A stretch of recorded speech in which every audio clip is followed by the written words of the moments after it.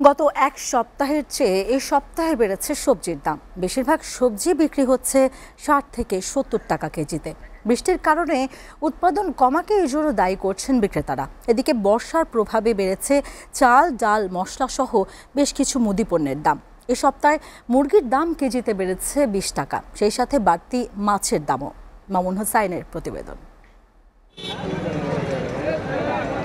সাধারণের নাগালের বাইরে রয়েছে নিত্যপণ্যের বাজার। সরবরাহ কম থাকায় বেড়েছে অধিকাংশ সবজির দাম। বর্ষা শেষ না হওয়া পর্যন্ত সবজির দাম বাড়তির দিকেই থাকবে বলছেন বিক্রেতারা। লাউ বেশি ৬০ টাকা, জালি বেশি ৫০ টাকা, বেগুন আগে ৫০-৬০ বেচতাম, ৭০-৮০ বেশি। দাম মোটামুটি অত বেশিও না আবার কমও না একেবারে। পটলের দাম তো একটু বেশি, ৩০ টাকা ছিল, আজকে ৪০ টাকা। সপ্তাহ ব্যবধানে কেজিতে ২০ টাকা পর্যন্ত বেড়েছে ডাল, পেঁয়াজ, আদা, রসুন সহ বিভিন্ন দেশি মশলার দাম। এভাবে দাম বৃদ্ধি পাওয়ায় বিপাকে নিম্ন আয়ের মানুষ।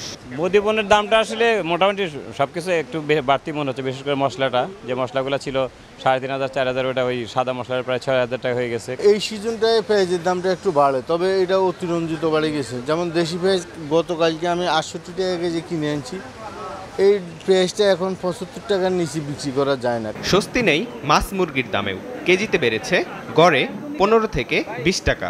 গেছে সপ্তাহ ছিল আপনার ২৯০-৩০০, এই সপ্তাহ হলে ৩১০ টাকা ২০ টাকা। ব্রয়লার আর হচ্ছে পাকিস্তানি, এই যে আপ ডাউন করে আর কি। তো একজন মানুষ কামাই করে কটি? একটা ইলিশ মাছ যদি ৩,০০০-৪,০০০ টাকা দিয়ে কিনতে হয়।